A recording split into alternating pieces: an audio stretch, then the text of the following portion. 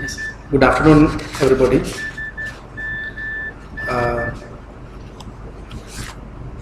By the IESL, especially the Civil Engineer Sectional Committee of IESL, we have organized another lecture, public lecture.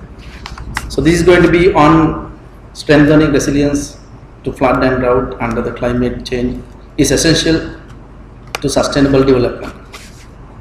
So here, without just wasting the time, I would like to invite to another engineer, another national asset, of course, Dr. Shrikant Herath, the consultant to the Ministry of Megapolis and a senior lecturer to the University of United Nations.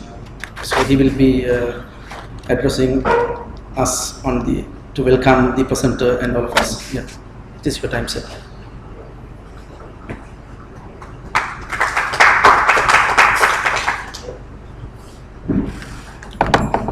Thank you very much for joining us today. We have a very distinguished speaker from Japan to talk about a very timely issue we are facing. As you know, Japan is faced with a lot of disasters. There are a lot of natural hazards. We hear very often about typhoons, landslides, the debris flows, earthquakes and so on. So now what that has made is Japan to be a very resilient country to face disasters. Because when you have recurrence of these events, it prepares a society, makes a society to react. And because of that, Japan has become a leader in disaster risk management. Also, they have a national law which says that you cannot let a disaster repeat, because the land is limited. So they say you cannot have the same disaster happening again. And that has provided the legal background to actually invest very heavily on the disaster risk management. And with that background, Japan has invested very heavily on the research and development for disaster risk reduction. And today we have a very prominent scientist who is a leader in water-related risk management and also addressing climate change, who is visiting us to strengthen collaboration with the Sri Lankan institutions on a number of areas. One of them is the International Flood Initiative, which he is also coordinating. And this International Flood Initiative is a combination, it is a combined effort of 5 United Nations organizations, including the World Meteorology Organization, UNESCO, United Nations International Strategy for Disaster Reduction, the United Nations University. And UNESCO's International Institute for Water Hazard Risk Management, ICHAM, is headed by Professor Koike, and ICHAM also acts as a secretariat for this initiative. And he also is interested to develop some collaborative programs, taking Sri Lanka as one candidate country to develop some international programs, demonstration programs on utilizing technology in disaster risk management. And why his present is very timely is we are just coming out of the big flood event in May, and there had been a lot of discussion about what could have been done. And one of the issues was that there is a lack of understanding of the state we are having. There are so many different organizations working on different parts of the problem, and the biggest challenge is how we bring in these different information together, synthesize it, and make an outcome which can be utilized by different agencies. And there had been a discussion going on how to go about doing that. And as a result, there's a very good chance that we will have an opportunity to form some sort of interagency group to synthesize different information related to flood disasters, analyze it and make it available. So then it comes to how we manage the information and data systems. So Professor Koike is a Professor of Civil Engineering at the University of Tokyo. He was the head of department of the civil engineering department some time back, and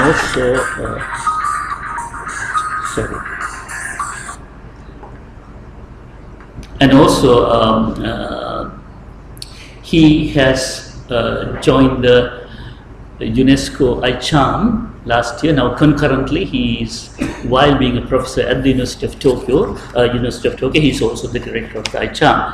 And as I remember, his specific fields of interest are remote sensing, then utilizing this remote sensing information on data management and how to utilize that information for hydrological applications. And together with that, he has also been involved in utilizing the large-scale information to the local scale, which we call downscaling, and especially also relating this downscaling process with the satellite-based information, especially on rainfall. So these are some of the main areas he has been working on, and he has implemented large number of international projects. One is the Coordinated Enhanced Observation Period, CEOP, which was part of the World Climate Research Program, WCRP, which gave rise to most of the climate-related knowledge to the world. That program has a very specific project called it's called Global Energy and Water Cycle Experiment, GWEX, and in one of these component was on the understanding of the role of snow, and he headed the project in Tibetan Plateau doing experimentation and leading this project.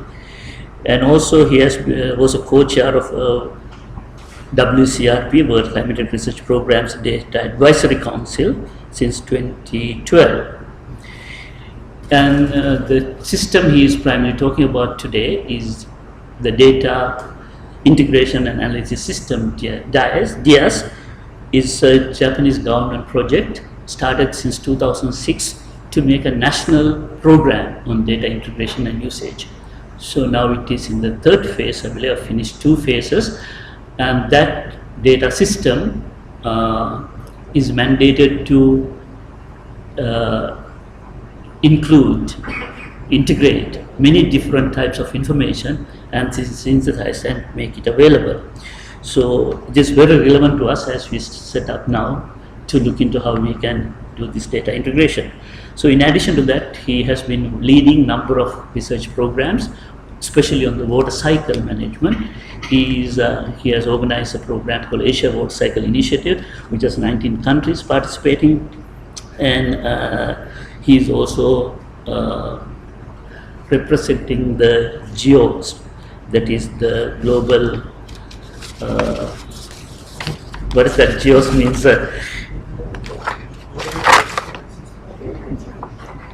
Earth observation systems of systems. The idea is that there are many Earth observation systems to create a system which is putting together all these different types of information systems, and he is leading this project in Japan and has been also in the panel designing its future strategies. So we have a very prominent lecturer, and I hope we can get a lot out of him, and also I invite you to join the discussion. So now I'll invite Toshio Koike to give us a talk.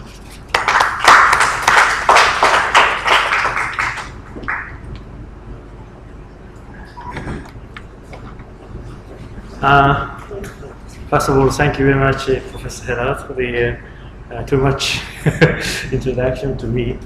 And I'm very happy to be here and to provide the topic on this strengthening the resilience to flood and drought under the climate change, that this is essential to the sustainable development. We know that the country cannot act its isolation to address these risks. We had the Sendai framework on disaster risk reduction March last year. We also have had a sustainable development goals, which was agreed at the United Nations headquarters in New York in September. And we had a Paris Agreement. The COP21 was held in December in Paris. So connected action is now required. With regard to the disaster, this is the statistics of the human loss and economic damage. Human loss is not reduced, and the economic damage is increasing. And especially the number of the climatological, hydrological, meteorological the disaster is increasing. So by almost 3 times in its the occurrence, number of occurrence, and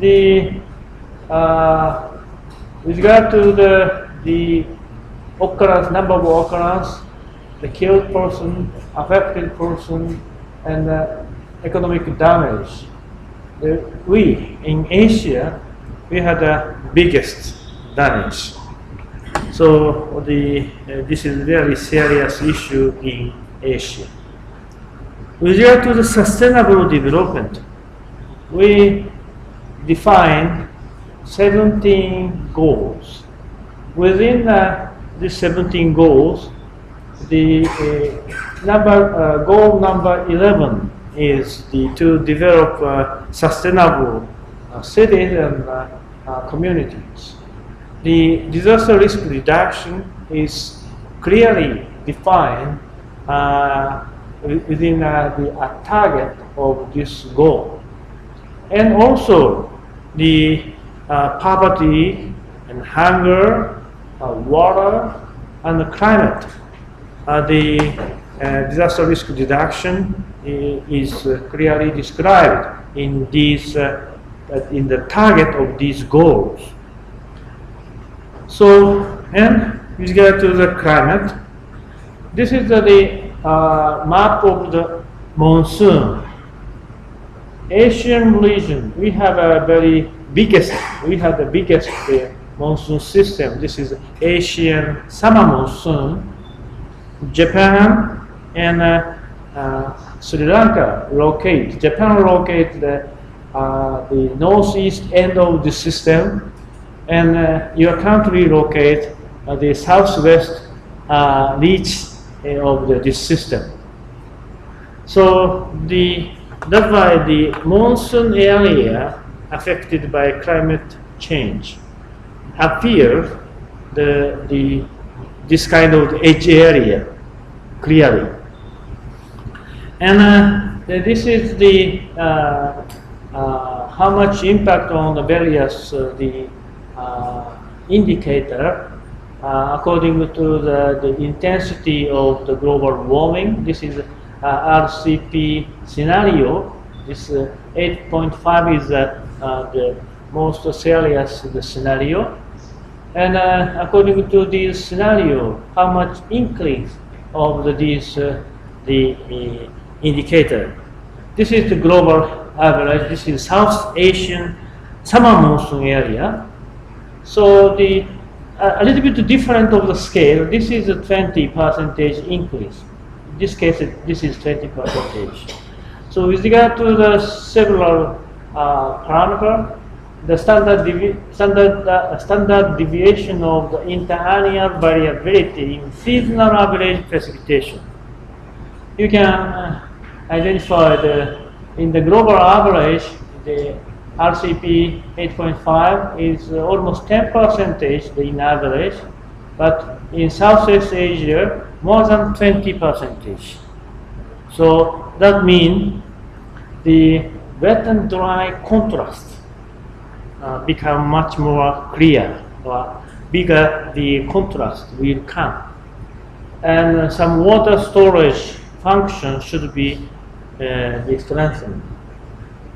With regard to the seasonal maximum 5-day precipitation total, so global average 15%, but the South Asian summer monsoon average is the 20, and upper reach is more than 50 percentage increase.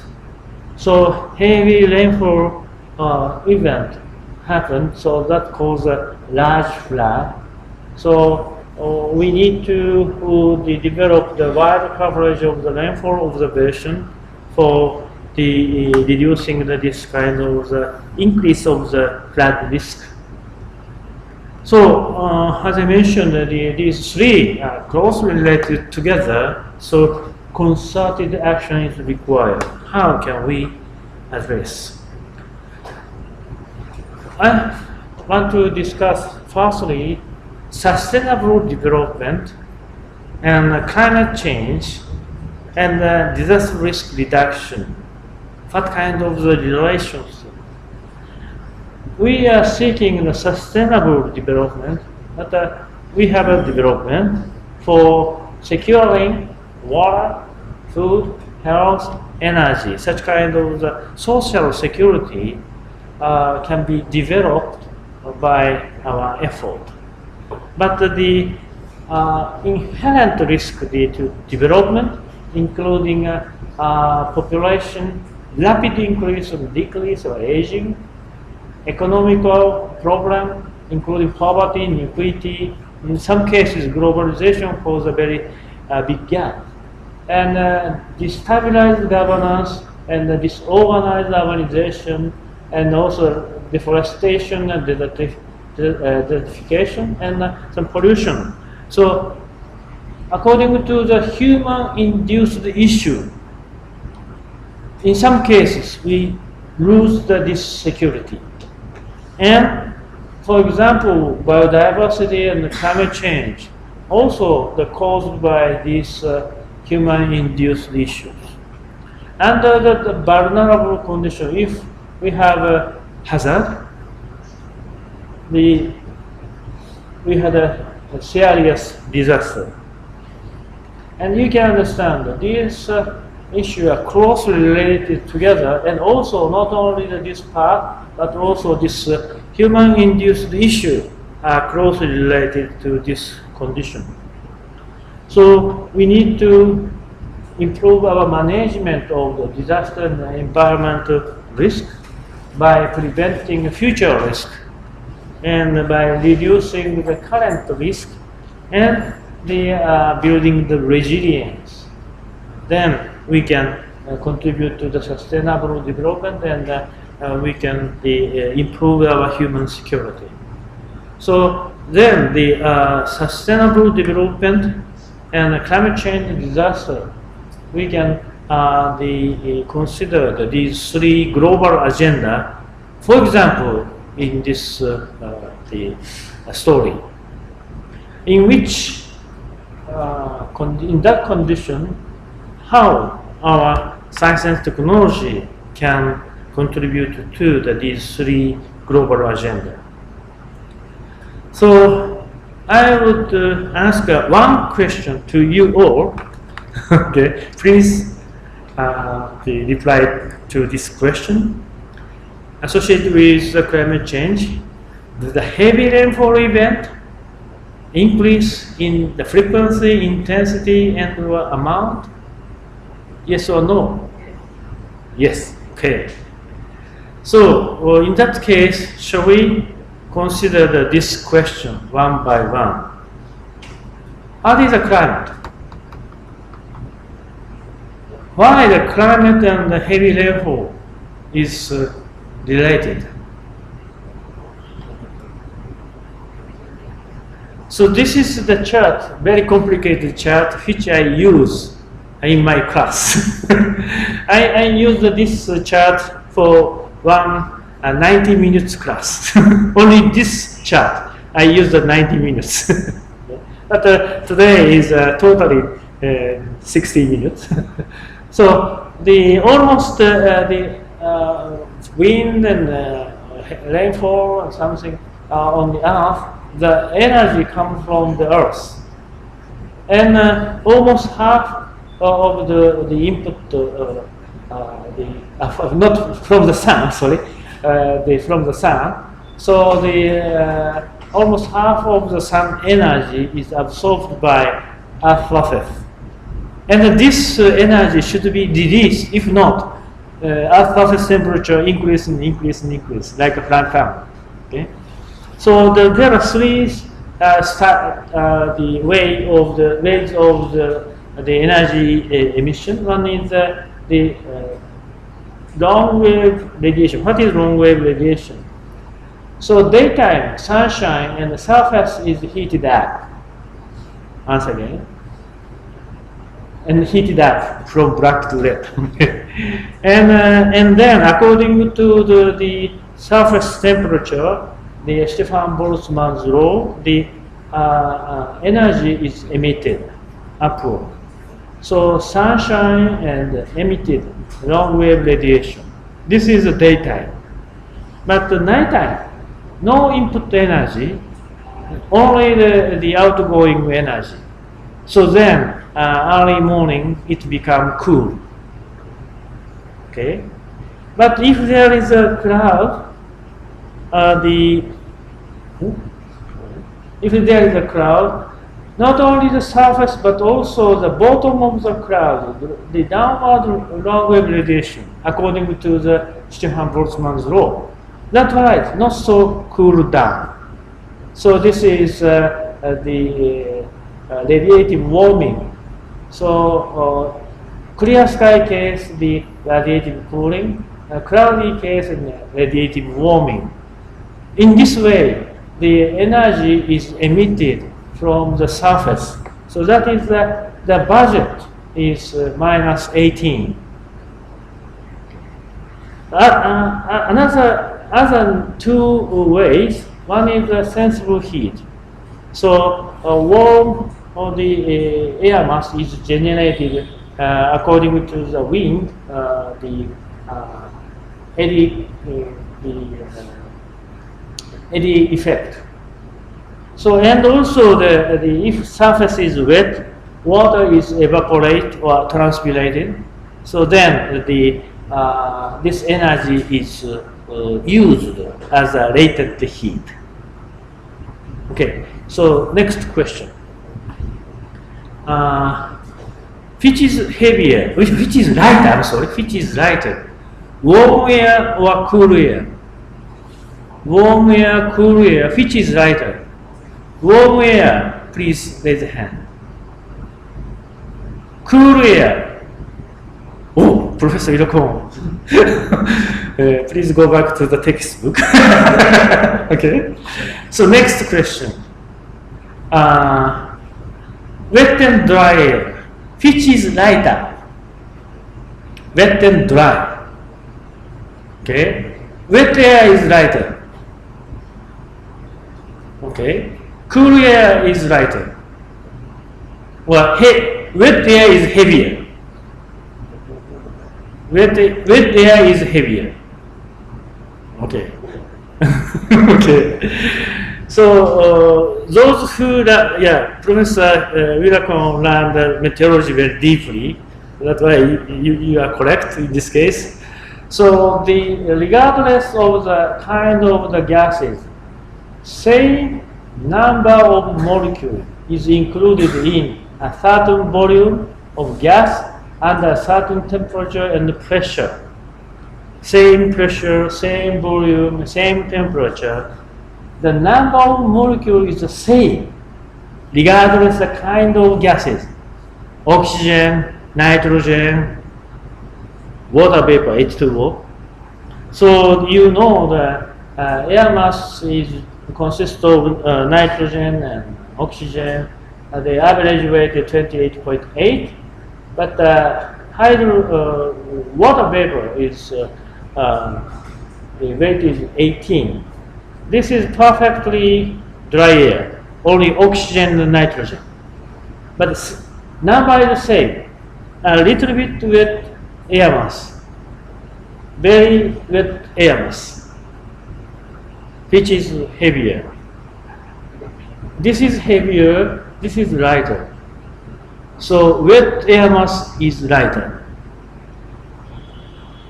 Yeah, this is academia, so that's why half and half like this. But if I ask this question to the public citizens, 99% of the participants raise yes, lighter is dry, wet air is heavier. But actually the opposite.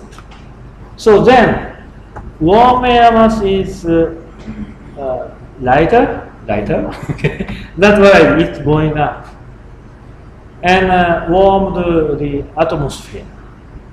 So energy from the surface to the atmosphere transported. And wet air is also lighter, then going up.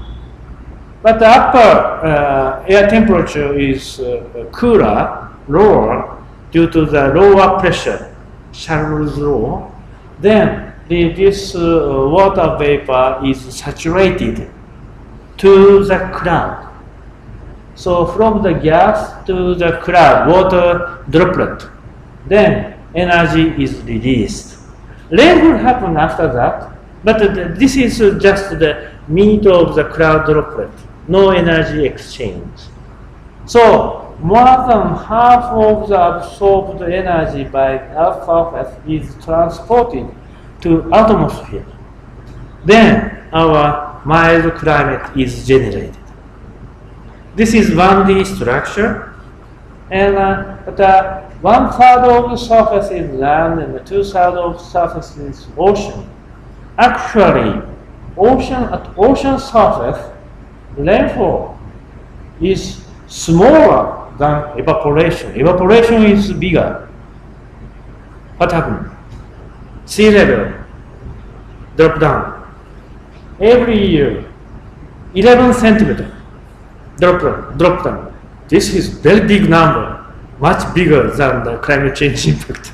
Okay, but the atmosphere over ocean, the rainfall is smaller than the evaporation, so atmosphere over ocean become wet and wet and wet. On the continent, rainfall is bigger than evapotranspiration, so surface become inundated every year 22 centimeters. But due to the gravity, it's flow down from higher place to lower place and reach the ocean. Then compensate this gap. This is the 1/3, this is 2/3. That's why the 27 centimeter corresponds to 11 centimeter in ocean. So then this is budget. In atmosphere, what happens? Atmosphere over ocean become wet and wet and wet. But this is fluid. Then it moves from ocean side to continent side. Here, cloud is generated and going from rainfall happen. So in this way, energy is transported from ocean side to continent side.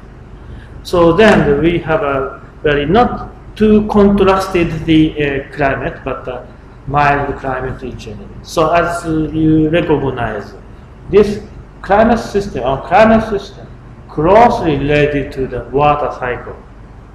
The climate system is generated by water cycle. That climate is changing. I worked as a review editor of the working group 1 of the IPCC assessment report force. And we summarize the answer to this question by saying warming of the climate system is unequivocal. Yeah, I'm Japanese, not a native speaker. First, I could not understand this word, unequivocal. I discussed with a European guy or American guy, and okay, this expression may be accepted. Okay. So this is our phrase of the IPCC assessment report 4th in 2007. Working group 1 of the IPCC assessment report 5th was published 2013. Okay. This is the in 2007. In 2013, can you identify the difference? Difference is just year. Okay. Same description was used in assessment report 5th by adding the new data. For example, the Arctic Ocean sea ice, the shrink, or the global average, this one, changes in global average upper ocean heat content increases. So by adding these new data, we use just the same words. Climate is changing. Warming of the climate system is unequivocal. And next question, what does change this climate?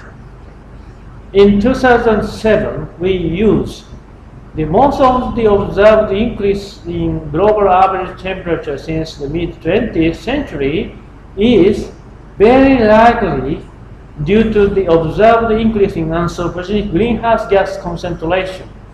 But we get this result. We asked the 19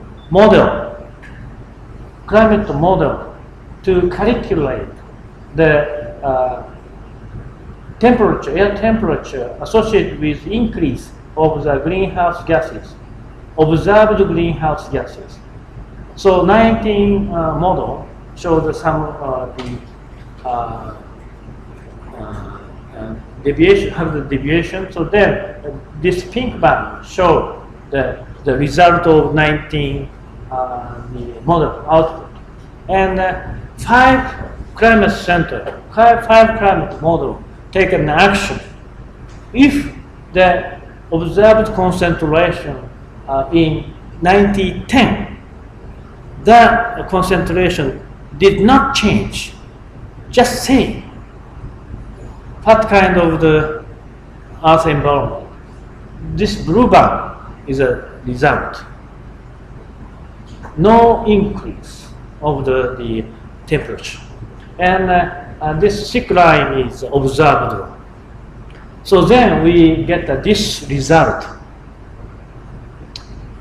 In 2013, this is very likely, definition of very likely is more than 90% model shows this tendency. So the 1914, actually not, yeah, oh sorry, 1913. The total whole the IPCC report completed in 1914, but the working group 1 report completed in the 2013. And anyway, same result, but it is extremely likely. In previous report, very likely, 90%. Extremely likely mean more than 95%. So what I want to emphasize, our scientific knowledge identify this change and the reason very clearly. Okay. So climate is changing. Okay, you agree.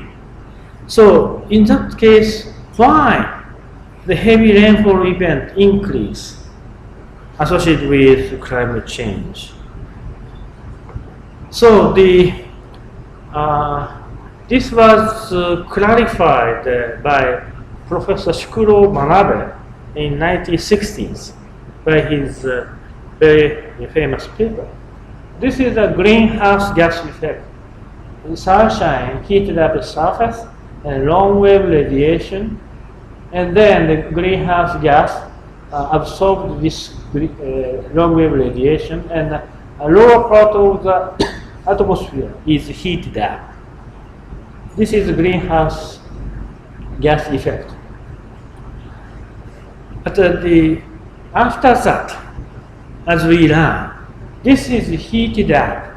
According to this temperature, long-wave radiation emitted. That means downward long-wave radiation increases as we learned the cloud and land surface relationship. Look again. This is orange, and downward long-wave radiation becomes red, more heated. Then more sensible heat and evaporation. Lighter air mass is generated. It's more light. It's lighter. Then it's going up at a narrow area to compensate this air mass from the surrounding area. The air mass is converged. Then this convective activity is encouraged, accelerated.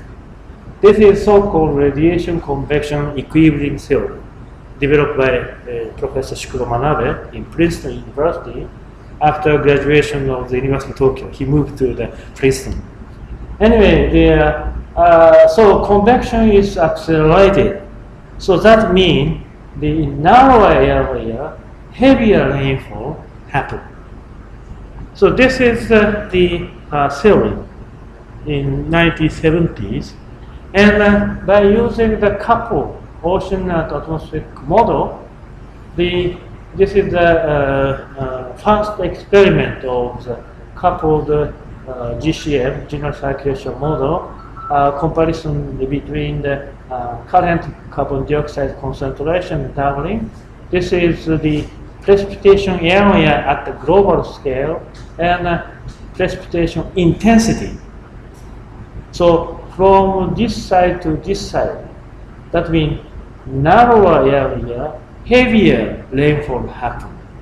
This is consistent to the radiation convection equilibrium theory. This paper was published at the end of 1980s, 1989. And the middle of the 1990s, this was done by Meteorological Research Institute of Japan. And Max Planck Institute, they published this paper in 1995. This the Indian summer monsoon rainfall, year by year variable. This is the stable condition, but due to the increase of the computer speed, then year by year variability can be simulated. And the current carbon dioxide and doubling carbon dioxide, and average will increase. This is a very, very good signal of the India. The available water will increase. However, interannual variability is bigger. So the summer rainfall, the interannual variability in India will increase. Heavy rainfall year and less rainfall year. It's very difficult for water resources management. And in this century, at the beginning of this century, our country developed the fastest computer. Then, by using the fastest computer in the world, the finest spatial resolution and the longest period experiment was done by University of Tokyo and JAMSTEC and National Institute of Environmental Science. So then, heavier rainfall event number around Japan, heavier means more than 100 millimeter per day rainfall event number, so the will increase. So this is also consistent to the radiation convection equilibrium theory. So in that way, we have a confidence, and then we summarize the extreme event in this way. I summarized the AR4, and in 2013 AR5, And a special report on extremes there was published in 2010. Red one, blue one, and black. So with regard to the heavy rainfall event, in 2007, very likely over the most land area, very likely over most of the mid-latitude land masses and over wet tropical region. So we have a very consistent with the result for heavy frequency of the heavy rainfall and drought and typhoon and high tide. So these extremes increase. So that's why you are correct. This is yes. What can we do to address this one? Water cycle, as we learn, the key component of the climate system. And our human beings have been constructing or developing a system for water resources management. And under this the framework, the land use, agriculture, and water quality, health issue, energy, biodiversity are closely related with these three boxes. So and we have now the extremes, including flood and drought. How can we address these issues? We need a coordinated and integrated effort for working together beyond discipline and also beyond agencies, the ministry and department, and collaboration between science and technology and the community. So then we need to develop some framework. If we have issues, so various stakeholders try to address these issues. In case of the climate change, water, food, energy, health, biodiversity, there are many stakeholders. And the science and technology community, hydrology, engineering, information science, technology, agriculture, ecology, GIS, most of the things. So various disciplines are now working. What do we need?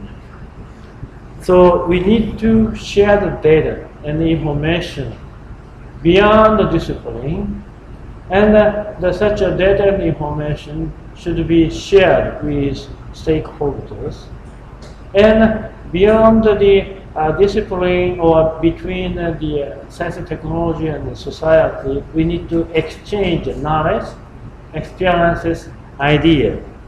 So, and then working together, and we can get the solution.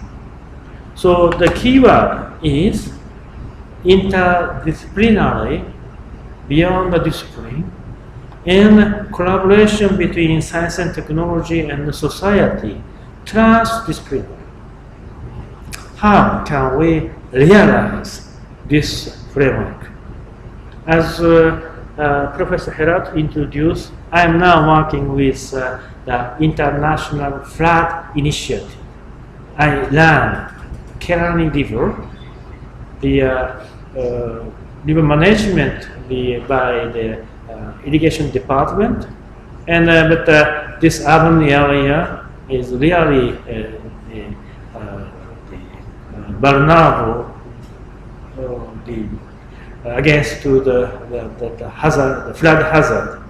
So this area, the control or the addressed by Megapolis Ministry, and the disaster management sector also you have, and I am hydrology and hydraulics, and the climate person or meteorological person, agricultural person, land planning person should work together. So how can we realize So firstly, we need to share the data and information. Oh, okay, shall we share the data? I have been working on this topic more than 10 years, as Professor Herald mentioned. If there are a lot of data in the world, but it is very difficult for us to find the data, access the data. The agriculture sector has the data, and the city management sector has the data, rainfall data, but the city has the hourly data. The agriculture sector is daily data, for example, or the format is quite different. So even the technical term between the different disciplines may sometimes different. And as the hydrologist, can I use the data obtained by agricultural community? So we need to clarify these issues. And this was made by the NASA at the beginning of this century, 2001. They predict the computer speed and predict the data type, the data for Earth environment. So the 2015, this is petaflops, 10 petaflops. The petaflops, 10 petaflops, 100 petaflops. So in 2012, we have a 10 petaflops machine. At that time, Japan developed a K computer. This was the fastest one. So this the estimation is a little bit the overestimation. We are now seeking the 100 petaflops machine. Try to develop that system. And this is the petabyte and 10 petabyte. Okay. As I mentioned, in 2013, we summarized the IPCC assessment report 5th. How much data from the climate model should be archived and shared? Only that the climate model, 2.6 petabyte. Okay, so this is the underestimation. So huge amount of the data, it's very difficult to handle. Why I started this data issue? I proposed one, as Professor Herald introduced, international project COP, Coordinated Enhanced Observing Period, in 1997. I estimated the total amount of the data for 2 years with regard to the water cycle from land observation, satellite observation, and numerical prediction. 300 terabyte at that time, 1997. At that time, I was a heavy data user in Japan, maybe heaviest. I analyzed 1 terabyte per year at that time. But we need to analyze 300 terabyte. This is the two order difference. This is really out of my domain.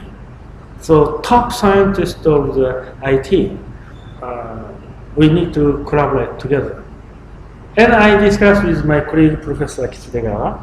So but I discussed, I met him. He is the top scientist of the information science and technology in Japan, and also one of the top scientists in the world.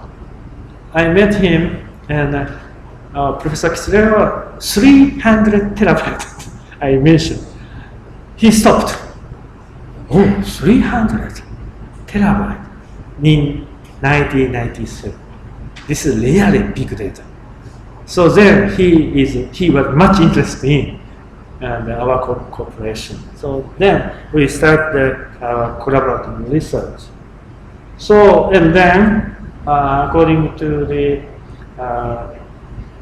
our government effort, data integration analysis system, DIAS, the construction of the DIAS started in 2006 to create a knowledge enabling us to solve the Earth environmental problem, including, of course, the disaster risk reduction, and to generate the socio-economic benefit. So we are tackling a large increase of the diversity of the Earth observation data. We introduce ontology technology and the metadata design. The original metadata design is now being used by WMO. So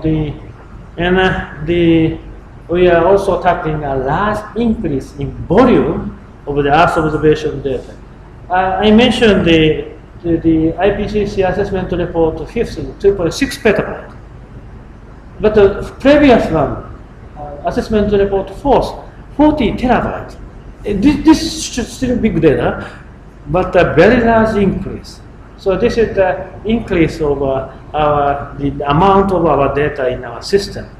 So firstly, the larger part comes from the satellite. But nowadays, larger part comes from the computer. Climate model output is very important for decision making. But a very good news. Okay? When we started our project, this 10 lakhs capacity is 600 terabyte.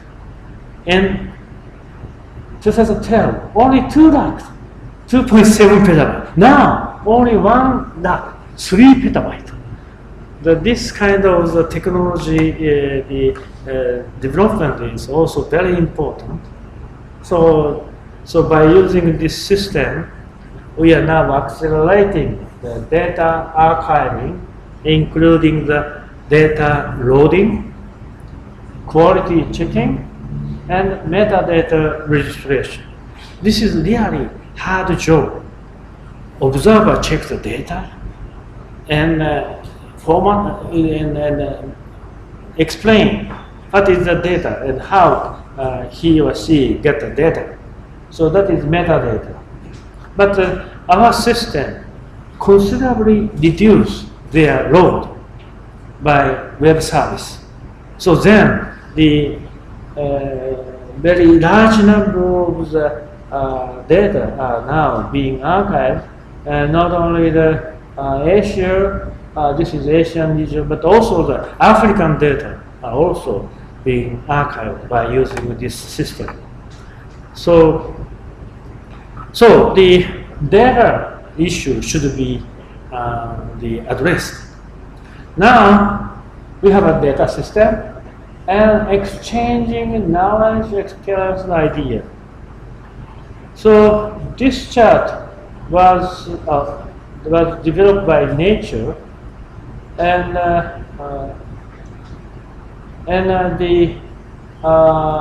as a model development strategy for IPCC assessment report 5th, atmospheric model, ocean model, agricultural economic model, health, human settlement, the sea level rise, ecosystem world function. We need to connect this information with this information and this information, then this information and this information, agriculture. So in that way, we need to connect the data or exchange the data or information between the different disciplines or models. So water locate the really center. If we connect,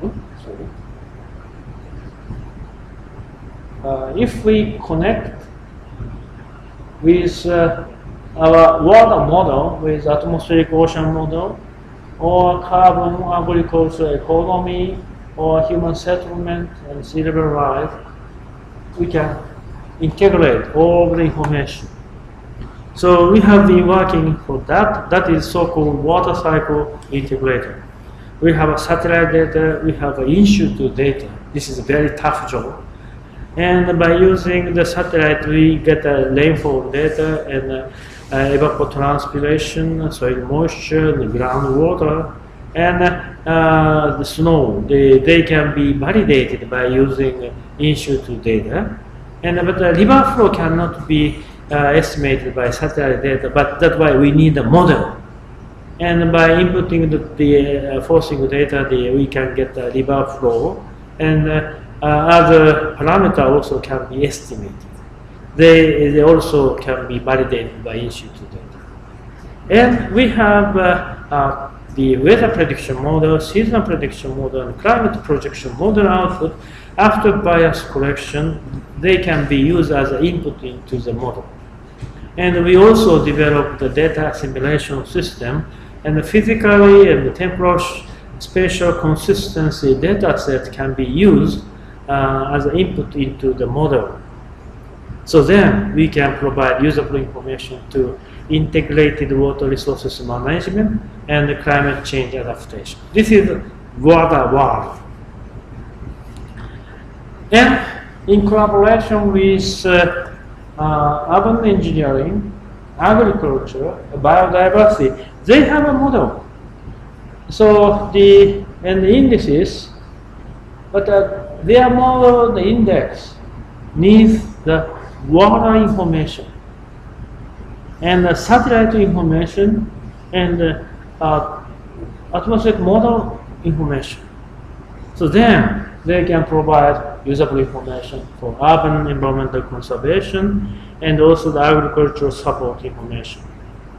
And also we need to convert this natural science output to social information. For that, we need an economic model, a social model, in collaboration with socio-economic research community.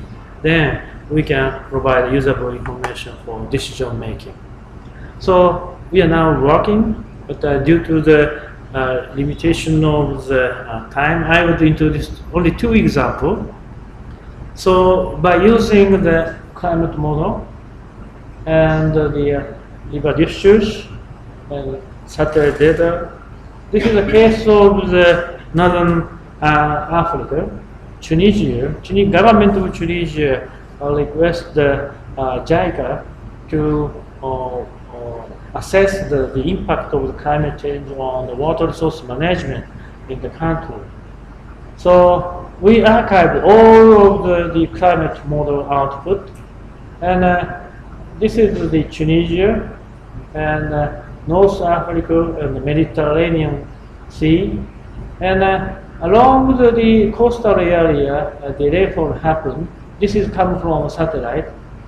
So, but inland side, Sahara Desert, no rainfall. But some of the model, there are no rainfall in North Africa. So we need to remove such kind of the model for our analysis. So we select a reasonable model and then check the data and the current climate and the future climate in the various sites, we compare. This is the annual rainfall current status, and this blue bar is come from the model. We select 6 model. So, and the red bar also the model output come from the predicted the experiment around the 2050. So upper stream and the middle stream, downstream.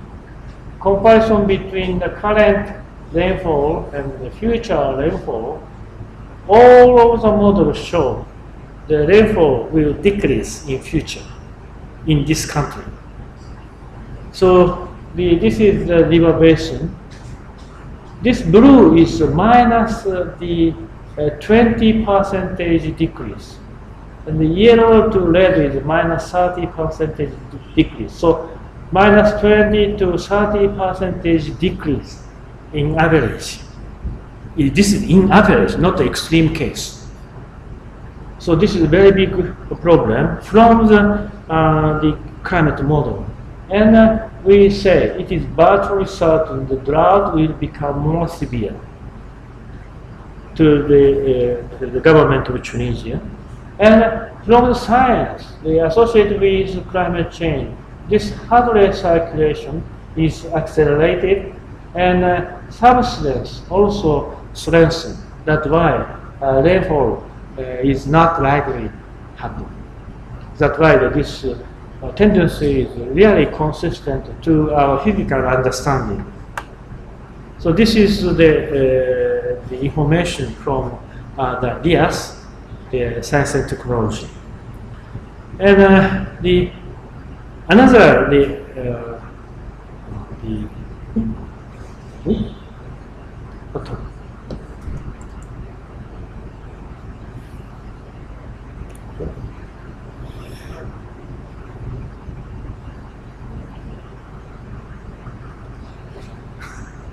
Stop.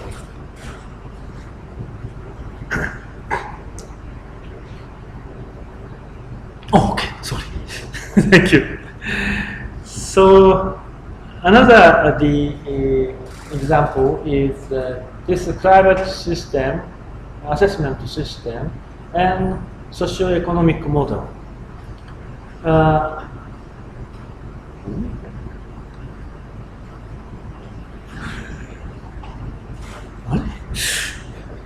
You have a good hand.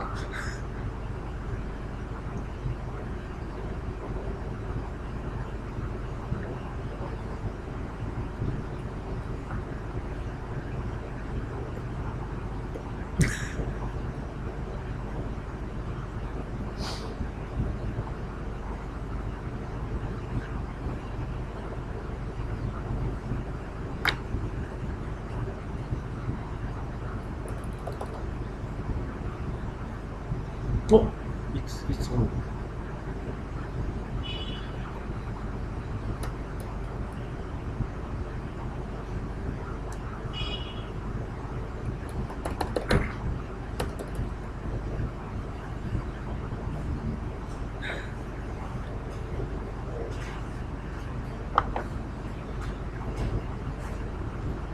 Oh, okay.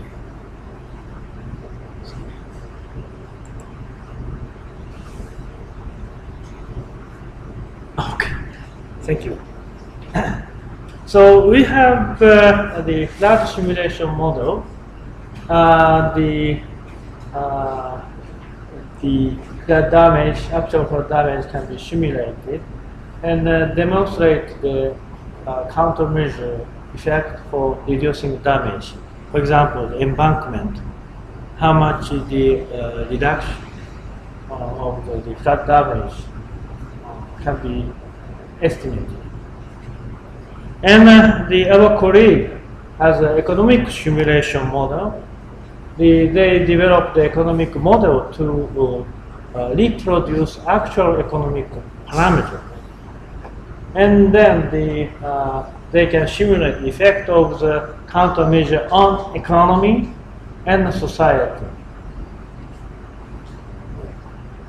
What we need to do, we need to develop the tool for translating flood model output into economic model input. So so then we can provide usable information to the poverty or hunger. So this is in case of the Indus River in Pakistan. This is the record of the damage, the bar from the statistics EMDAT. This red line comes from our model. Not so good, but not so bad. So, and we consider the embankment of the Indus River. And lower part of the Indus or middle part of Indus. Very simple intercomparison. Which is better for economics and the society. And by using various statistics and our model information, we developed a converting system from flood model output to the input of the economic model. So this is the result of future GDP growth.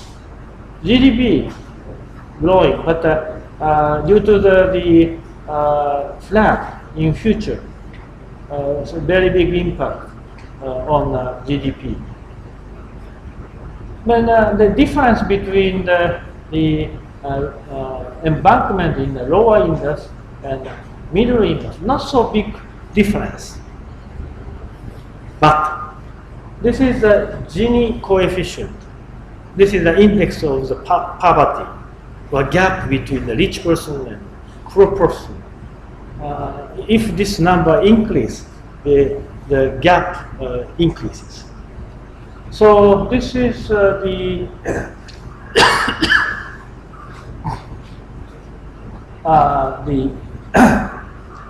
no-levy case and construction of the embankment in the middle.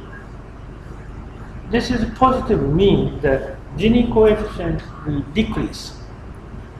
But this is the negative mean Gini coefficient increase. Why? In lower part, the rich person live. And if we embankment in lower part, the more frequent the inundation happen in the middle river. So in that case, the GDP itself is not so big difference, but Gini coefficient is a very big opposite result. So not only the economic information, but also the information to society we can produce. So this kind of interdisciplinary collaboration is really beneficial. So our DIAS can promote this kind of interdisciplinary collaboration. So we learned data issue and interlinkage issue between the discipline. Finally, working together. So I'm not sure it works well or not.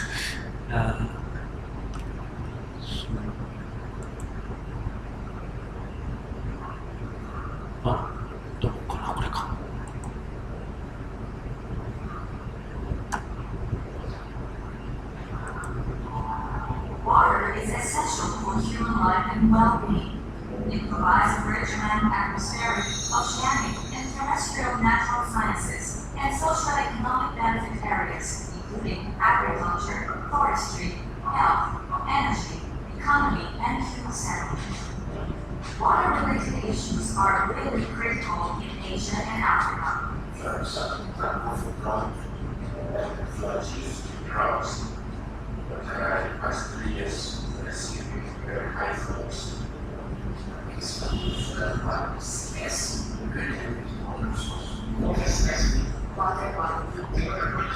and also sleep and maintain this to the so Climate change is now a fundamental threat in the world. To address these water-related issues, the Group on Earth Observations, GEO, established the Asian Water Cycle Initiative, AWCI, in 2005. Similarly, in Africa, GEO brought together river basin authorities and nations to launch African Water Cycle Coordination Initiative, AFWCCI, in 2009.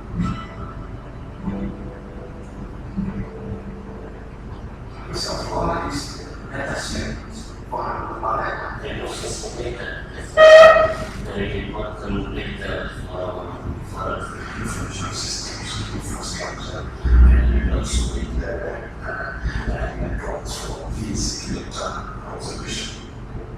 Responding the data needs, 18 AWCI member countries collect and distribute hydrological data under the Open Data Policy of the Global Earth Observation System of Systems, GEOS. Similar data archiving is being carried out in Africa. The Data Integration and Analysis System, DIAS, contributes to this data integration.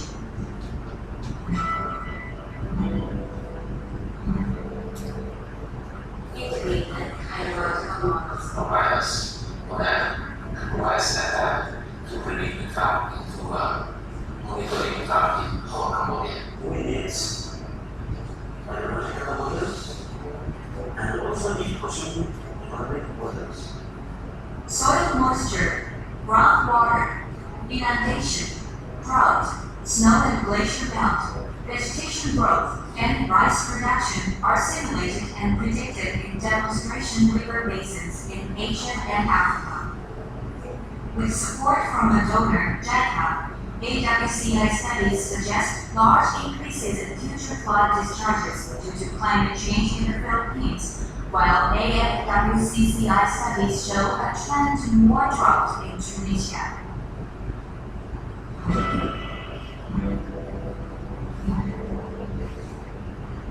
We need to have a good understanding solution for this issue. Because completely knowledge, lack of knowledge in the country. AWCI and AFWCCI support capacity building through a wide range of training courses for practitioners and policymakers. In November 2013, GEO organized the joint Asia-Africa Water Cycle Symposium in Tokyo. AWCI and AFWCCI initiative members, government representatives, ODA donors, space agencies, and other key collaborators introduced their ideas and plans, exchanged knowledge and experience, and identified commonalities in approaches in Asia and Africa. GEO is addressing regional and intra-regional water-related problems in Asia and Africa as an important component of its sustainable development priority. Yes, this activity, I have been working with Professor Herat for long, and as a representative of the Sri Lanka, the Professor Wirakon, they are working so hard, and we archive the data and develop the model, and also did the climate change assessment in each river basin. So, in summary, to develop the coordination, concerted action to the sustainable development, disaster risk reduction, and climate change, we need to develop the interdisciplinary and transdisciplinary framework. The three keywords: data system for interlinkage, and opportunity. So I introduced the video. This forum also the very good opportunity. Through this coordination opportunity, we can strengthen our society. Thank you very much for your kind attention.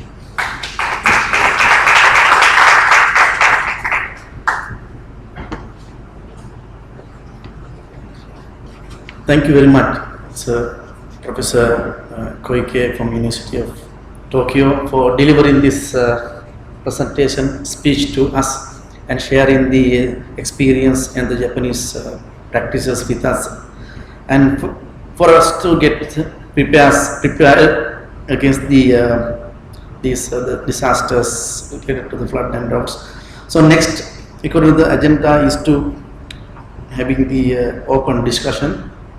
So I would like to invite Professor Srikanth Herat to the stage to be the moderator for the discussion, and the Professor Koike as well.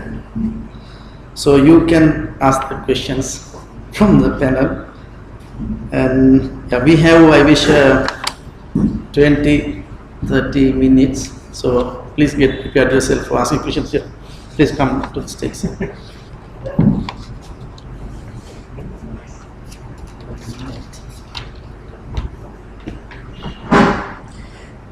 Thank you very much, Professor Koike. You gave us a very comprehensive overview of how the data is translated into action and also to address the challenges. And I'm sure we have it's a very good time to have some discussion. We have actually 4 seats, so maybe can I invite some of the audience to share us, to sit and also respond. So Jaya is here from Hong Kong University. Could you join us? You can ask questions, you can give answers as well. And Professor Virakon, please join. Come. And I see Dr. Guna Kaudyal. He has been working with the DHI for more than 30 years, and I had been designing many of the flood forecasting and warning systems, and I'm sure you can also give some good input and advice. So, Dr. Guna, please join us. And Dr. Virakon, please join us. So we have now four panelists. So you can also ask some questions to the speakers. Now, to begin with, would you like to raise any issues first from the audience?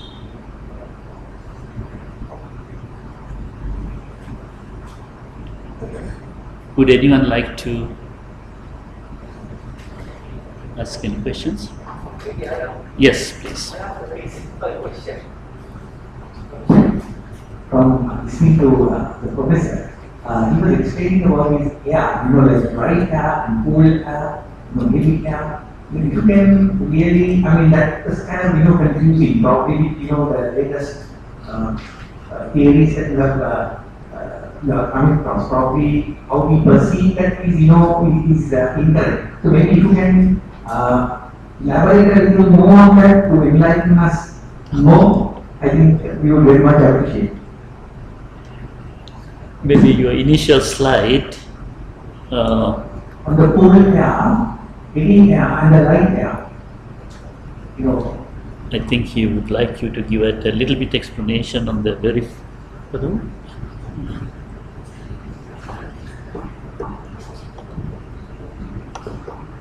How the climate change, how the climate and rainfall is related.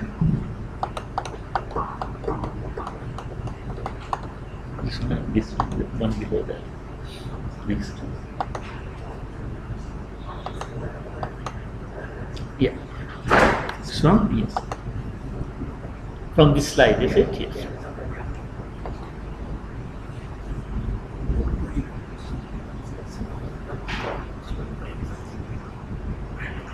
Yes?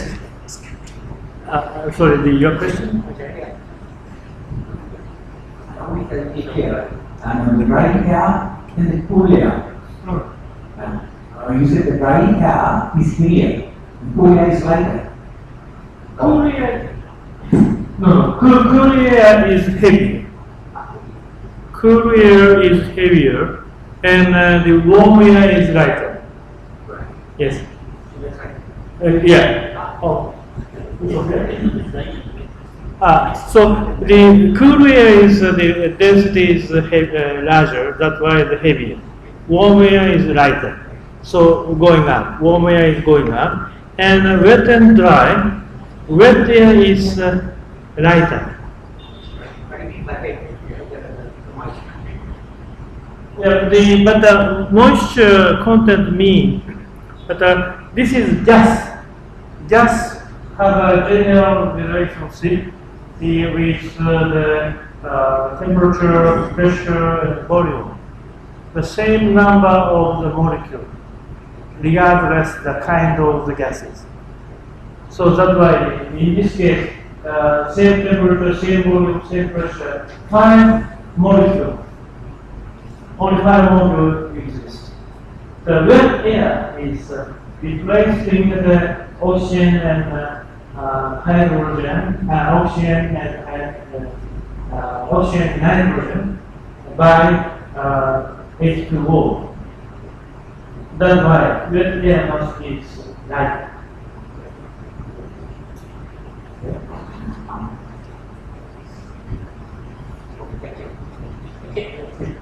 So, I would like to get the next chance of it. That's an open question from the panel, or the panel members here. That could be an open question, of course, rather than concentrating on certain subject area. My question, of course, I know, and we know well through the presentation as well, how the Japanese are prepared for this, like, the disasters, especially coming out of the flood and drought and even the this. So, and we in our country also, we also need to prepare in institutional wise. Say we have the disaster management center, and we have the universities, what university, there are universities where we study from the this. And but in modeling and in simulation and data collection is the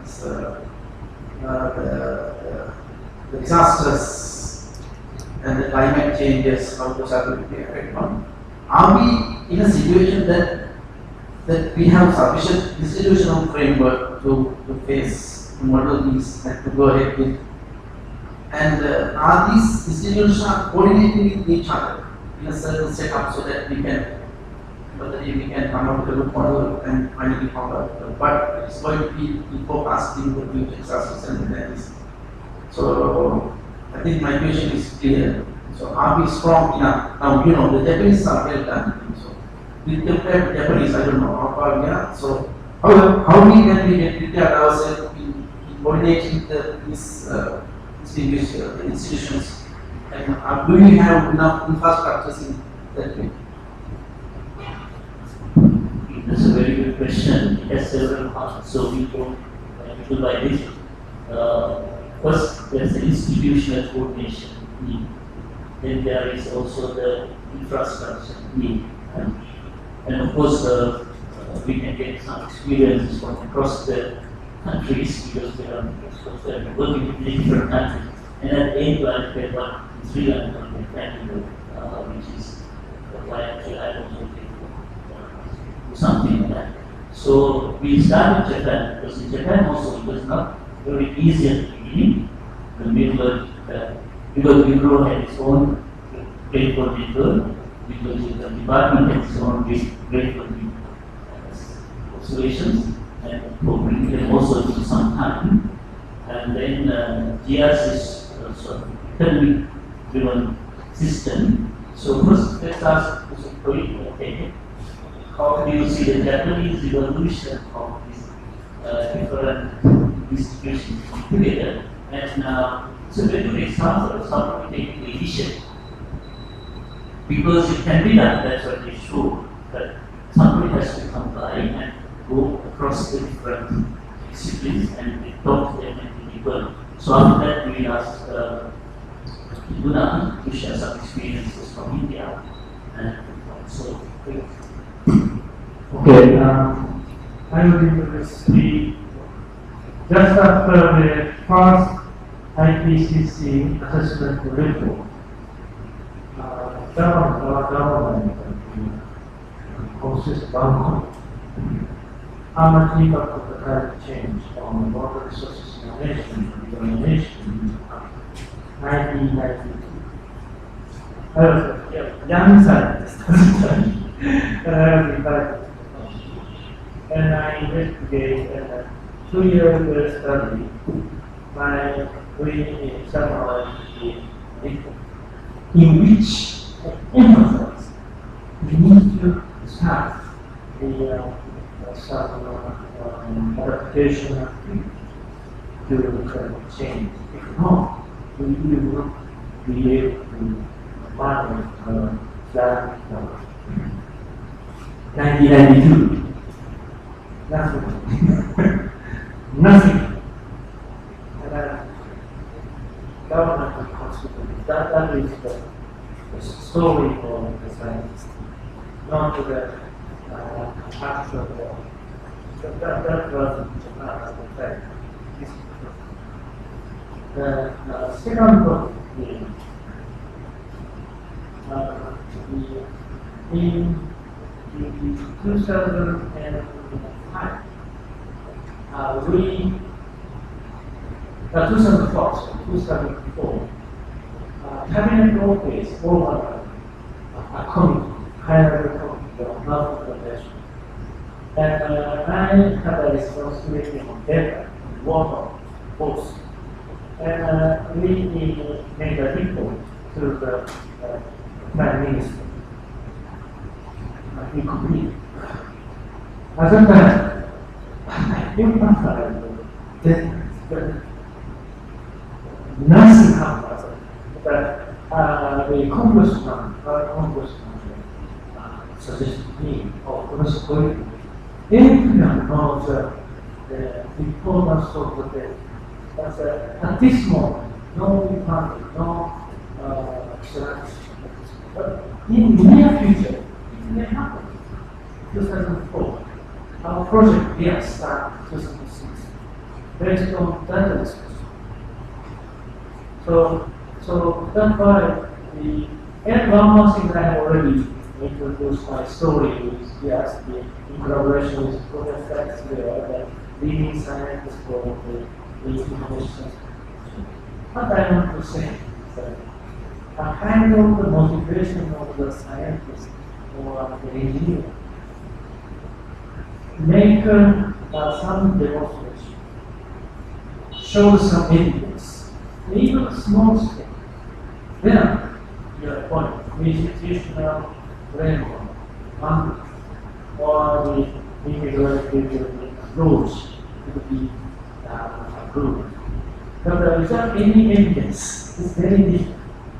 But nowadays, people level 5 introduce the climate change issue, but all the people, the citizens, recognize in rainfall happens often. So such kind of feeling also very important to promote global.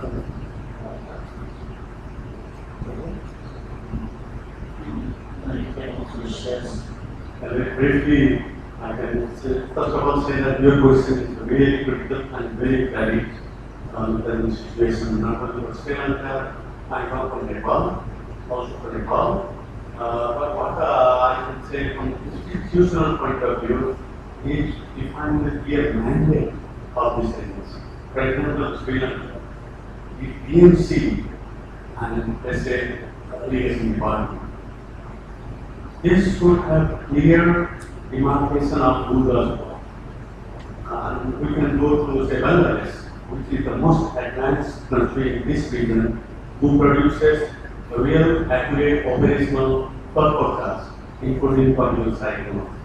Then the disaster management department takes over, does the disaster relief or management related activity. But information that related hydro disaster must come from mandated institutions like the irrigation department. They know they are hydrologists. Of course, meteorology department is separate, who can provide higher level information. But I'm always telling that in Nepal also, please clarify the mandates of this institution. Many countries they have a overlapping mandates who wants to do both. I think it should be a political decision that yes, you do this should come in the law rules. I can see freedom over that here also because there are some technological interesting things which might also be related to incentive. Both agencies are three agencies want to do the same. But I think you are very, very right here by the mandate. In terms of infrastructure, it's not difficult now. Although Professor Koike was scared about the size of the data, but talking about say country like Sri Lanka, you don't have to talk in terms of terabytes actually. Gigabytes should be enough if you really want to produce water related disaster information and and so on. But building up related infrastructure in a country like Sri Lanka is not so expensive. It's a matter of a couple of years, not much. So I can see a lot of positive future for you if you really go into that. Then before going on to I say some other experiences now. Because of there's a big flood in Thailand, and also Greece. And different government agencies discussed what they should be doing. And the situation is very severe. So when we have a very extreme event which goes beyond what the normal district, it creates a lot of chaos because you don't expect. Maybe it's something you experience, used to, you know, the room to call or information to get. Even if you don't have a good system, you can manage. But when it goes beyond what you have experienced, they always create catastrophic losses. That's a human nature. And that's why when you have a lot of disasters, the society responds and they used to. So these two countries, they what they prioritize was to create information system. That's the first priority. To create an information system where you have your own information and process it and distribute to different organizations as mentioned. They can act on that. And for the Thailand one, the system was created by organization called FRIX, because it was a request on Thailand particular Japanese government. The FRIX stands for Foundation for Rural Information and Communication Systems. This is the one in Japan which provides this services. And that system is not belonging to any institution. They are the clients of MLIC, Minister of Land Infrastructure, and also the Meteorology Department. So they gather all information, archive it, they analyze it, process it, and give information to the organization. And that's also very important because that allows them to have all different kinds of information and does not create inter issues. And so in Sri Lanka also, we should have a discussion on how to respond. So the direction now is to create an agency working group. A little bit similar to the digital planning office. Japan, where you have working members from different departments come together and to work together. And there are lots of systems now available that what was quite mentioned. We could utilize systems, for example, utilize part of gas. Even the Thai system was actually running in free systems. And very important because the mention was need to get a prototype. They take a demonstration in prototype. That will take the whole drawing. And that one need not be created totally out of something. You can actually utilize it something. So the first one is to use the existing resources and have a little team to start. And the second point I think is what you mentioned, the timing is very good because of climate change. Climate change is a common enemy, so it's very practical, pragmatic for people to work on this issue. So I think in the process of developing the challenge is really to get something right started. And once it's started, we will go. And in Sri Lanka, especially, the biggest key is to get what you mentioned at the very beginning, how to get universities were really connected to this problem. So I will ask if you have any comments on that. Because on the same topic that was good.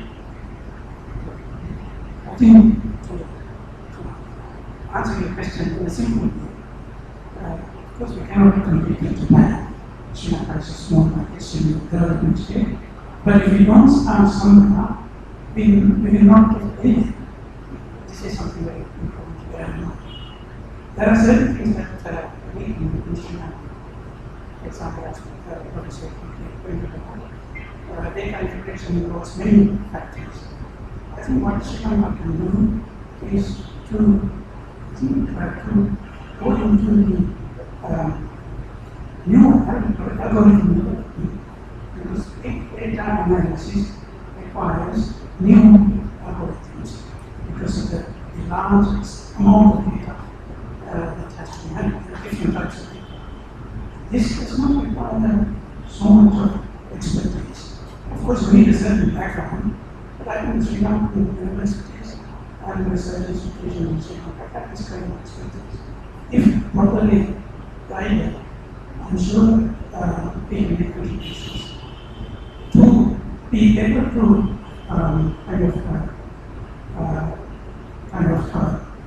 make an impact. Of course, you have to integrate software with hardware. We don't have the necessary hardware in Japan. Japan is able to do that because they have development for both in software as well as in hardware. So therefore, they are able to integrate things what is what we can do is within that development software, specific software for certain functions. And then kind of integrate into a bigger system. So before we go into a bigger system, it's better for us to go much deeper in that smaller system. And the one point that I would like to make is about climate change is that we all, I think, believe the contents of IPCC AR4. But there have been many arguments which have been pointing out at certain inaccuracies, certain uncertainties associated with the basis on which AR4 has been framed. This is another issue, of course. But my point or advantage is to look at things locally rather than look at it globally. In the context of Sri Lanka, see whether there is actually climate change existing using Sri Lankan data. This is a very simple exercise. Any university budget can do it. And also, I think one can find it to a short window of observation, right? To cover it for a longer period of time. Also, you heard what the IPCC says is applicable to human situation also, or whether it is something which is more globally acceptable, but globally sometimes not acceptable. I think the difference between the local content and global content must be clearly distinguished. This is a very important point, I think. Because when you say there is an average temperature of 2 degrees, what is an global average temperature? How can you measure a globally average temperature? You just add certain temperatures up to certain points, divided by the number of degrees. But that is the degree of physical need. It is not like adding the weights of all of us and getting an average weight of all of us.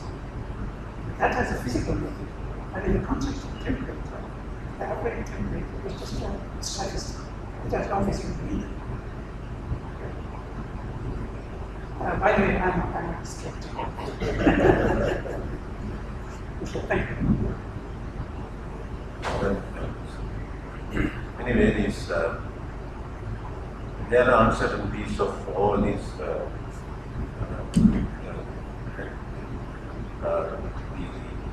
parameters in this world, in the solar system. So we have to, of course, analyze statistically and observe data and make conclusions. Having said that, but once this extreme rainfall was analyzed in Sri Lanka, especially by the reports made by the Meteorology Department, this occurrence of high extreme meteorological levels of the floods, rainfall has noted.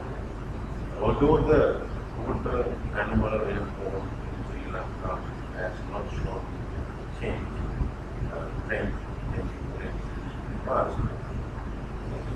However, and also the wet and dry days, number of dry days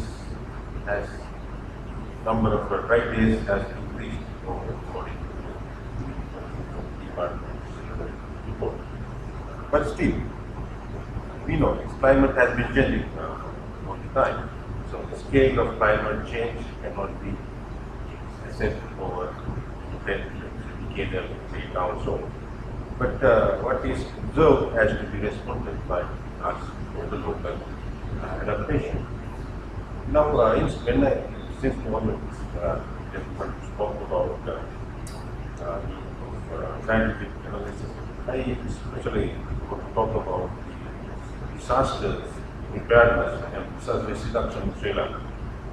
Now, when we come to disaster risk reduction, we know that there are different phases, and preparedness, mitigation, adaptation, and then post disaster recovery. In our country, more emphasis has been given to post disaster recovery. Investment, much of the investment is post disaster. But when we see if we invest on disaster preparedness, we can save some of these post-disaster recovery expenses. For example, someone asked that question. For example, public awareness, and we can reduce the disaster damages, disaster risk and variance. So that is why I think there must be a change in attitudes of these various officers of these responsible organizations, and they must be willing to work together. As mentioned, this collaborative work and interlinkages can be very useful, even to use available resources effectively. And some resources are freely available, even the predictions of rainfall nowadays to a certain extent. So we should be able to use those. And we have, of course, capacities to establish to some extent. We need to improve definitely. But even the available capacity, I don't know whether we are really using to some extent. So some change. So from all the discussions, to summarize it, there are a couple of points. One is you have to make a start. So they were there. And once you start and demonstrate the usability, it will start. And as Veerappan said, another very important issue is that if you invest on that, the gains are much higher than on the belief.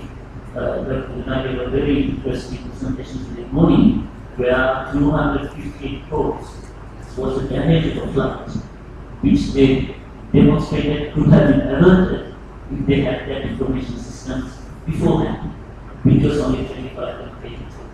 So that's one time investment to have averted which they are implementing or being implemented. And climate is, there will be many different interpretations locally, but if you demonstrate the usability of system, it doesn't mean that we are only preparing for the climate change. It should be able to function to support day-to-day operations. And if you look at urbanization, the impact of urbanization on urban clusters, you will feel that the impact on the rainfall increase. But climate change, the importance is that it can be a good catalyst because it not only affects the water, it affects all parts of our lives. So everybody can relate to the threat at this moment. So we have to use it effectively, not to make it as a scam that we should be afraid of. But if you want to respond to this change, it's a good example.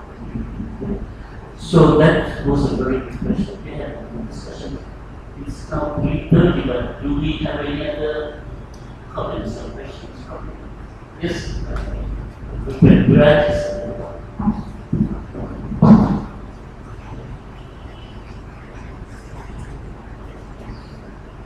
you. I think we are very much trying to climate change effect. Sri Lanka has a very prominent the flood and also the drought.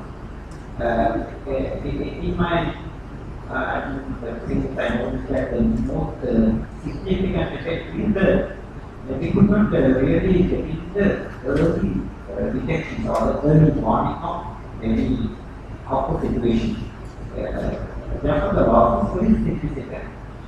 I don't know whether Japan or the present mechanism for the early warning really supporting to the reduction of the these type of disaster situations. So especially the drought, sometimes the flood, sometimes we can very sharply respond to the rainfall pattern and that the directions and do something. But in Sri Lanka, drought was significant, and I noticed that over the world is drought.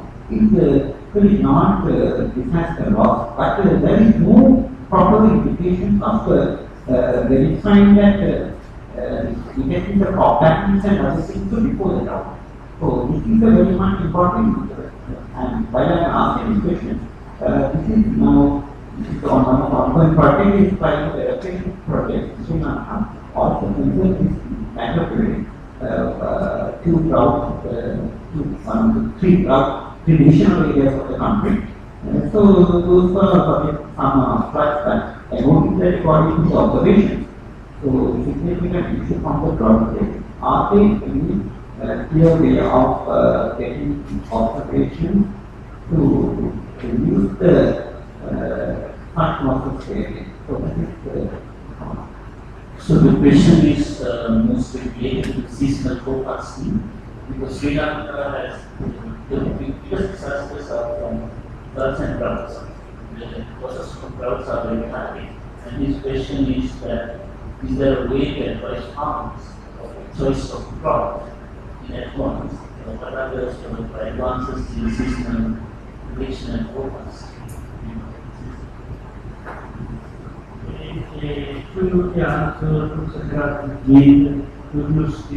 To improve their seasonal prediction capability, we need to improve our prediction of ocean. The drought occurs due to the large anomaly of Atlantic cycle. It is driven by sea. So, after the seasonal forecast, it has been much improved because that is the really topic of climate change impact, the climate change prediction. To address the climate change, the current weather forecast, that is atmospheric model. And the boundary condition of the global boundary condition of atmospheric and temperature. At this moment, weather forecast, they use the satellite observer sea surface temperature as a global boundary condition of atmospheric model. But current prediction, we don't have any sea surface temperature in future. So that's why sea surface temperature also should be predicted. That's why atmosphere ocean couple model has been developed. So according to the IPCC assessment report for fourth requirement, fifth requirement, then the couple model the performance has been much improved. That means seasonal prediction capability has been very much improved. By using that output, I did the drought prediction in East Africa and also the Philippines. Very good seasonal prediction and performance. So the tropical region, especially the close to ocean, drought prediction has been much improved. So I have already developed a system of DIAS. DIAS has a very good capability to develop such a system, so it works so well. So please try to use the seasonal correction and check the performance that is the same to your products. Thank you very much. Maybe the advantage is because this system has the climate models as well as the impact models, so it's very easy to get. What I would suggest is to find a good candidate for a master's degree to work in collaboration with University of Tokyo by chance, or can actually create welcome linguistic development and to see how we can apply the two case studies which already described in the Philippines, and we can see whether you can use that in Sri Lanka. So this can be something which can start very soon.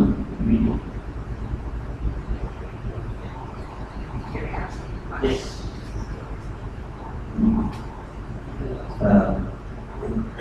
Actually, the presentation is good, there are a lot of information. Actually, in the presentation, the professor mentioned that human-induced issues are also causing this, like land use, disorganized urbanization, and things like that. But I'm now going to raise something which is pertinent to Sri Lanka, especially using geography for metropolis. Now, and also there is another thing which is happening adjoining the city, which is called the port city development. Now, these are two huge development projects if you look at Sri Lanka, especially compared to metropolis. Now, actually, there is no point we discussing this, maybe at academic level, everything, and then we go back and it's just lost. But how do we educate the policy makers? That is the difficulty I feel. The policy makers to absorb this data and then act on it. Because in my view, I feel that there is a lot of information available in Sri Lanka. That means this is a small country. The climate change is affecting in the recent Colombo yes. But then the other patterns are cyclic patterns. But we have to anyhow expect from climate change the severe rate of it. Now you can say 10 mm rainfall can go up to about 20. Now that is the model we need. So what is the development? We are putting a road. What is the height of the road which needs to address that issue? Now we see that this is never done. Very common thing is for the slightest rain, this area gets flooded. This surrounding area, and this is a prime area in Colombo. Colombo surrounding gets flooded, even to Mula. But if we plan these development projects without adhering to these points which are raised by you, we are again at a dilemma. And the innocent people will have to get, you mentioned about gaining protection. Now the poor rich people will become poorer by trying to address this issue. So, that is what is happening. Somehow or other, we need to address some information. Now, metropolis, certain areas will be developed. And if it is not happening, because I know politicians who want to do some things. I was even another set of engineers down south, University Goma. It came out while we were discussing that some policy makers said, okay, we plan, release land. And the engineers said, okay, we cannot release land from the reservations. They even want people to release land, the government of engineers to release land from the reservations, which is a very devastating thing. But that is the way that we do things.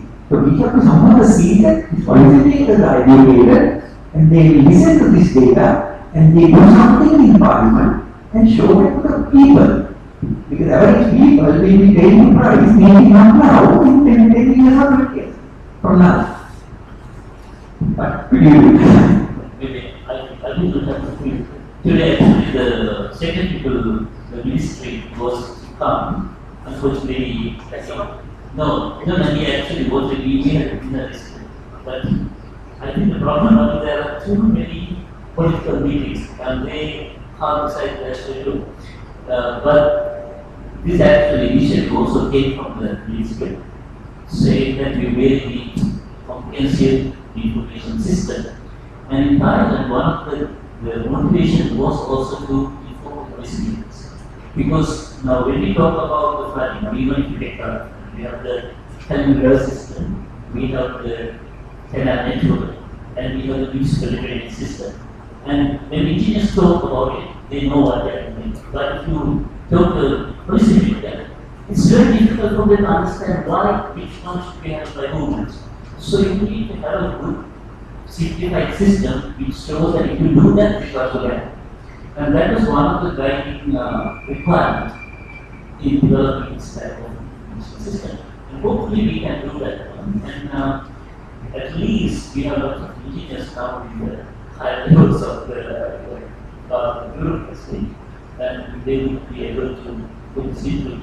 But I think from our side also, we need to put a system which shows what if you do that in a sort of compelling, easy to understand way. That's a first step to make it. Traditionally, we Sri Lanka and Japan have very good ideas, and I think for this a lot of work in that direction, Yes. because people think, you know, if it is coming from the West, people might give this that information, you know, but they might want to take 100%, maybe to take another country, everything. But traditionally, Japan, Sri Lanka have been very good guys, and people in Sri Lanka believe Japanese knowledge is acceptable. People have a perception that anything coming from Japan is developed, and we can take that knowledge.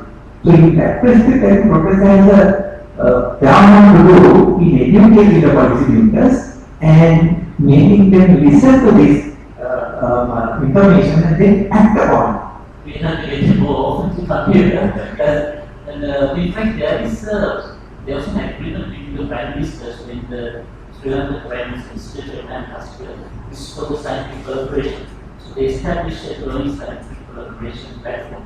It's called GSP, the Country Collaboration Platform, to help the technology and science to come together from the Japanese academia and industry. And in fact, the professor had visited the Metropolis Education and DMC to this very short stay. And hopefully we will have this collaboration. And what you say is very correct. It's very much appreciated. It comes from Japan. We able to produce our experiences. So I think we are Yes. at the time to close now.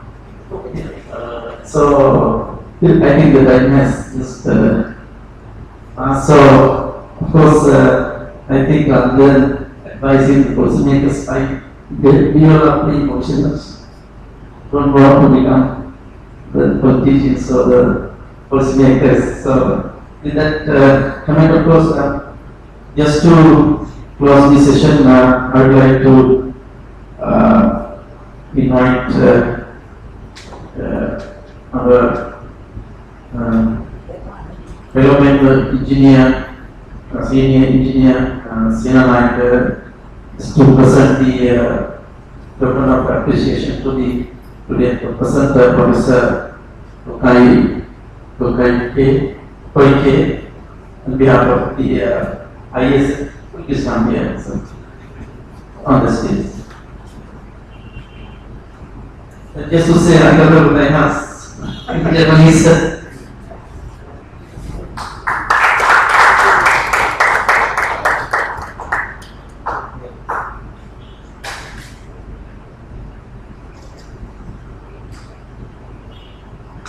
Thank you.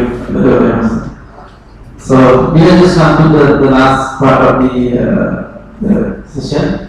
So this I will invite to Professor Unicorn just to video the plan.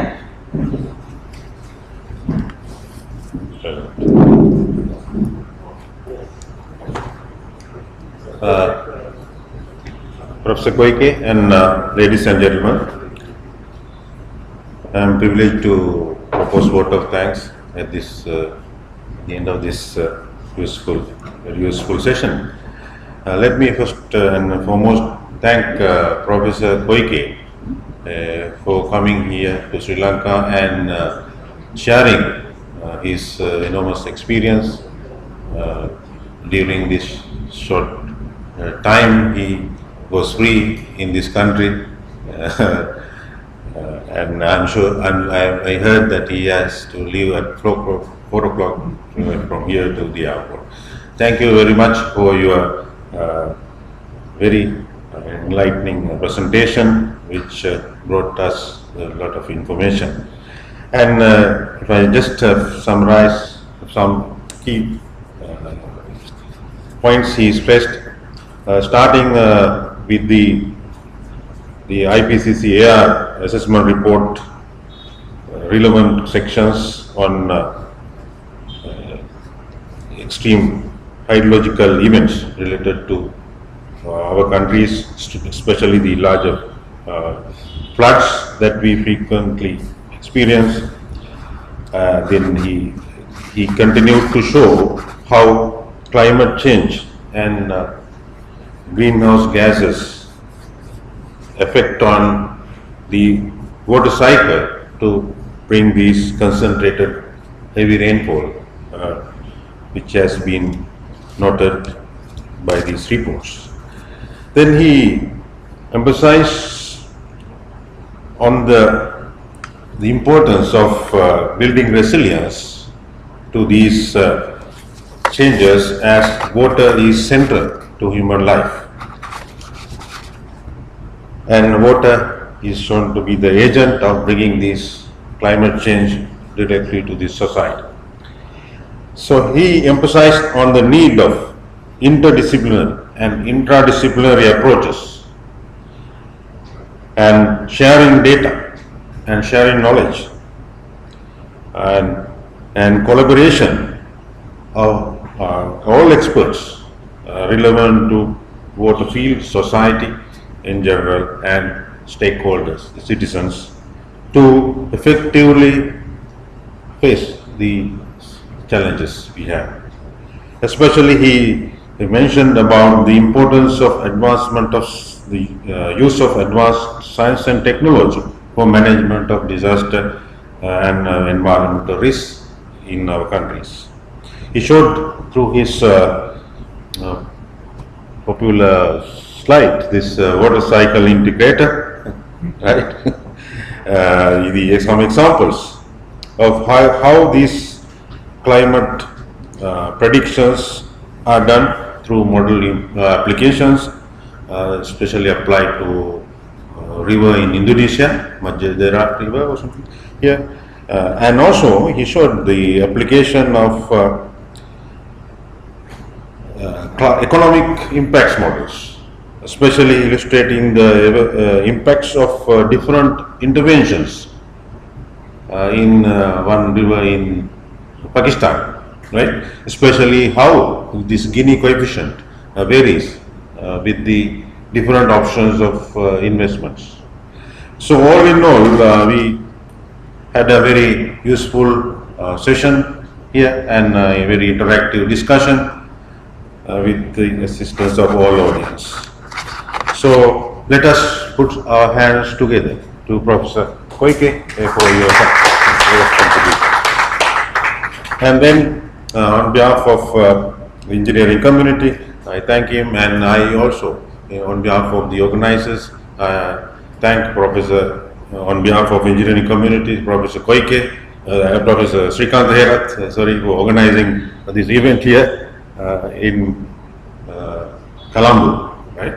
And also Professor Rasmi, who has come here from Tokyo. And I should note that Professor Koike, for some information of this audience, has continuously been helping Sri Lanka and training many researchers from our universities to gain PhD and masters in this field. And also he has trained many professionals through ICHAM, introducing various models, and some of them are working in irrigation department, and he has been continuing this for many years now, and hope he will do the same in the future as well.